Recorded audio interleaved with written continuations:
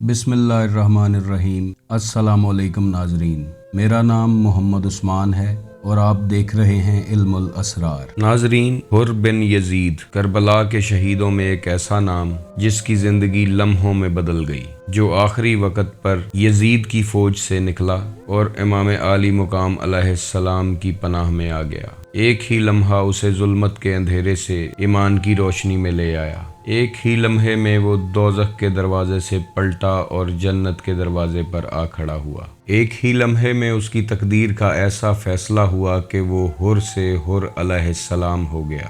ایک ہی لمحے میں اس کی دنیا و کائنات بدل گئی۔ اس ایک لمحے میں وہ ایسا پلٹا کہ ہمیشہ کے لیے زندہ ہو گیا۔ گنجے شہیدہ میں اپنا نام درج کروایا اور لعنت کے طوق سے بچ گیا۔ کائنات کے پست اور غلیظ ترین لوگوں سے نکل کر کائنات کی اعلیٰ اور عرفہ ہستیوں کا ساتھی بنا۔ حر کے نامہ اعمال میں صرف ایک کام ایسا تھا جو اسے دوزخ کی آگ سے نکال کر رحمت خداوندی میں لے آیا۔ وہ ایک چھوٹا سا عمل جو حر نے کیا تھا، وہ آپ لوگوں کے ساتھ شیئر کرنا بہت ضروری ہے، تاکہ اگر کوئی اس عمل سے واقف ہو گیا تو وہ اپنے لیے بخشش اور نجات تلاش کر لے گا۔ اس ویڈیو کو آخر تک ضرور دیکھیے گا۔ اگر پسند آئے تو لائک کیجیے گا، شیئر کیجیے گا اور چینل کو سبسکرائب کیجیے گا تاکہ ہمارا آپ سے رابطہ بنا رہے۔ ناظرین، حر بن یزید کوفہ کے امراء میں سے تھا، بہادر تھا اور ایک مانا ہوا جنگجو تھا۔ اس کا تعلق بنی ریاح قبیلے سے تھا۔ یہ عمر ابن سعد کا بہترین دوست تھا اور اس کی فوج کے 4 بڑے سپہ سالاروں میں شامل تھا۔ حر ابن یزید ریاحی کو یہ پیشکش کی گئی تھی کہ اگر وہ امام عالی مقام امام حسین علیہ السلام کو یزید کی بیعت کے لیے راضی کر لے تو اسے خراسان کی حکومت بخشش میں دی جائے گی۔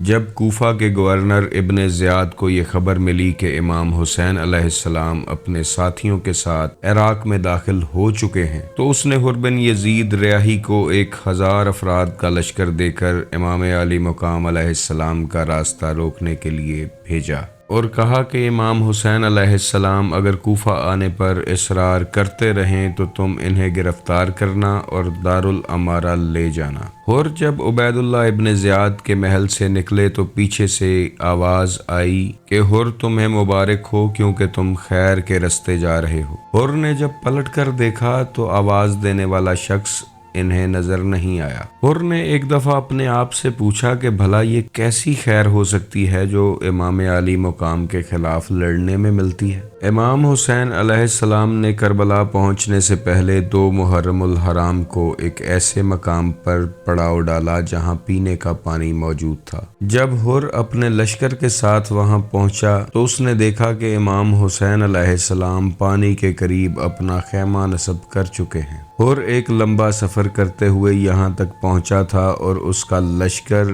پیاس کی شدت سے پریشان تھا۔ حر کے لشکر نے اپنے نیزے باہر نکالے اور صف بندی شروع کی، لیکن امام حسین علیہ السلام نے اس دشمن رویے کے باوجود انہیں پانی پینے کی اجازت دی۔ حر کے اس لشکر نے نہ صرف اپنی پیاس بجھائی بلکہ اپنے گھوڑوں کو بھی پانی پلایا۔ امام حسین علیہ السلام کے اس اعلیٰ رویے اور اخلاق سے حر بن یزید بہت متاثر ہوا اور جب ظہر کا وقت آن پہنچا تو حر نے امام عالی مقام سے درخواست کی کہ وہ آپ کے پیچھے نماز ادا کرنا چاہتا ہے۔ امام عالی مقام کے پیچھے نماز ادا کرنے کے بعد اس نے آپ کے یہاں آنے کا مقصد دریافت کیا۔ امام عالی مقام علیہ السلام نے فرمایا کہ میں کوفیوں کے بھیجے ہوئے خطوط کی وجہ سے یہاں آیا ہوں جو حکومت سے بیزار اور پریشان ہیں۔ جناب حر نے اپنا موقف پیش کیا اور کہا کہ میں جنگ کی نیت سے نہیں آیا، مجھے حکم دیا گیا ہے کہ میں آپ کو کوفہ لے کر جاؤں، لہٰذا آپ کوئی ایسا راستہ اختیار کریں کہ جنگ اور خون ریزی نہ ہو۔ حر نے امام عالی مقام علیہ السلام کو یہ مشورہ دیا کہ آپ یزید کو خط لکھیں اور اس سے صلح کر لیں اور خود کو اور اپنی اہل بیت کو شہید ہونے سے بچا لیں، یہی آپ کے حق میں بہتر رہے گا۔ جس پر امام عالی مقام علیہ السلام نے جواب دیا کہ اللہ کی راہ میں مجھے کسی موت کا خوف نہیں ہے۔ جناب حر اور ان کا لشکر امام عالی مقام علیہ السلام کے ساتھ ساتھ چلتے رہے اور جب بھی موقع ملتا تو جناب حر امام علی مقام کو یہ مشورہ دیتے کہ خدا کے لیے آپ مدینہ واپس چلے جائیں ورنہ آپ کا شہید ہونا یقینی ہے۔ اسی دوران جناب حر کو ابن زیاد کا پیغام ملتا ہے کہ امام علی مقام اور ان کے ساتھیوں کو ایک کھلے میدان میں ٹھہراؤ جہاں ان کے پاس نہ پانی ہو نہ وہ محفوظ ہوں۔ اس دوران ابن زیاد نے عمر ابن سعد اور شمر کی سربراہی میں 20,000 لوگوں کا لشکر بھیجا، جن کو یہ حکم تھا کہ امام علی مقام امام حسین علیہ السلام کے ساتھ سختی کرو اور انہیں یزید کی بیعت کے لیے مجبور کرو، اور اگر وہ بیعت کے لیے راضی نہ ہوں تو ان کے قافلے پر پانی بند کر دو۔ حر نے جب امام حسین علیہ السلام کو زبردستی روکنے کی کوشش کی اور زیادہ پریشان کرنا چاہا تو امام علی مقام امام حسین علیہ السلام نے فرمایا کہ جا حر، تیری ماں تیرے غم میں روئے۔ عربوں کے نزدیک یہ الفاظ ایک گالی سے کم نہیں تھے۔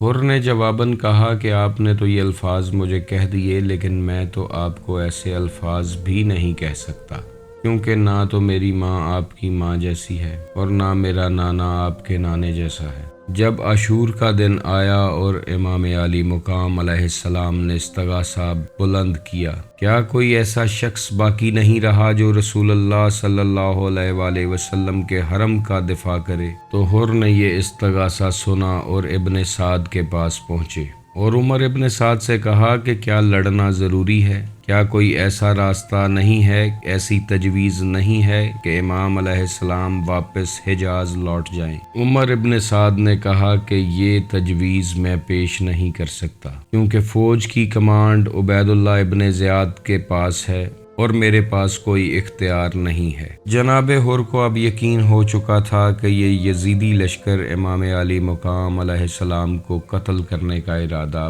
بنا چکا ہے۔ آخر کار عاشورہ کی رات آن پہنچی۔ جناب حر کے لیے یہ ایک رات قیامت کی رات تھی۔ وہ انتہائی بے چین اور پریشان تھے اور ایک ہی خیال آپ کو کھائے جا رہا تھا کہ میں نے یہ کیا کیا؟ میں نے حضور کے نواسے اور سیدۃ العالمین کے بیٹے کو کس مقام پر پہنچا دیا؟ حر کا ضمیر جاگ چکا تھا اور بار بار اسے یہ سوچ آ رہی تھی کہ آخر کار اس نے ایسا کیوں کیا۔ وہ امام حسین علیہ السلام کے قافلے کی اس حالت کے لیے خود کو ذمہ دار ٹھہرا رہا تھا۔ وہ بار بار سوچ رہا تھا کہ اہل بیت رسول اللہ صلی اللہ علیہ وآلہ وسلم کے بچے بھوکے اور پیاسے ہوں گے۔ یہ رات فیصلے کی رات تھی۔ جناب حر اس کشمکش میں تھے کہ کیا مجھے ان مٹھی بھر لوگوں کا ساتھ دینا چاہیے کہ جن کے امام جنت کے سردار ہیں، یا اس عظیم لشکر کا ساتھ دینا چاہیے کہ جن کا سردار عیاش بے دین ہے؟ جناب حر نے فیصلہ کر لیا کہ آخر انہیں امام علی مقام علیہ السلام کا ساتھ دینا ہے۔ اس نے اپنے بیٹے کو بلایا اور کہا کہ میری آنکھوں پر پٹی اور ہاتھوں پر رسی باندھو اور قیدیوں کی طرح مجھے امام حسین علیہ السلام کے خیمے کے باہر لے چلو۔ آپ کا بیٹا آپ کو اسی طرح امام حسین علیہ السلام کے خیمے کی جانب لے کر چلا۔ جب آپ وہاں پہنچے تو آپ نے گھٹنے ٹیک کر زمین پر خود کو گرایا اور امام علی مقام علیہ السلام سے معافی مانگی اور زارو قطار رونے لگے اور کہا کہ ایسا بالکل میرے تصور میں نہیں تھا کہ آپ پر اتنے ظلم اور سختیاں کی جائیں گی۔ اللہ کی قسم اگر مجھے یہ سب کچھ معلوم ہوتا تو ہرگز آپ کا راستہ نہ روکتا۔ میں اپنے کیے پر پشیمان ہوں، لہٰذا میرے لیے کوئی سزا تجویز کرے۔ اور امام علی مقام علیہ السلام سے سزا کے لیے فریاد بلند کرتا رہا، مگر یہ گھرانہ جو کریم ابن کریم کا ہے اپنی عادت سے مجبور تھا۔ امام علی مقام علیہ السلام نے حر کو گلے لگایا اور کہا کہ میں نے تمہیں معاف کیا اور یقین رکھو کہ میرے نانا بھی تمہیں معاف کر دیں گے۔ حر کا ایک فیصلہ اسے دوزخ سے نکال کر جنت کی وادیوں میں لے آیا۔ وہ یزیدی لشکر کو چھوڑ کر اہل بیت رسول اللہ صلی اللہ علیہ وآلہ وسلم سے جا ملا۔ عاشورہ کے دن جب جنگ شروع ہوئی تو حر نے عرض کی کہ میں پہلا آدمی تھا جو آپ کے مقابلے کے لیے آیا اور آپ کا راستہ روکا۔ اب سب سے پہلے میں آپ کے سامنے شہادت کا مرتبہ حاصل کرنا چاہتا ہوں۔ مجھے جنگ کی اجازت دیجیے۔ اگر میں آپ کے سامنے قتل نہ ہوا تو شاید میں آپ کے نانا بابا کو اپنا چہرہ دکھانے کے قابل نہ رہوں۔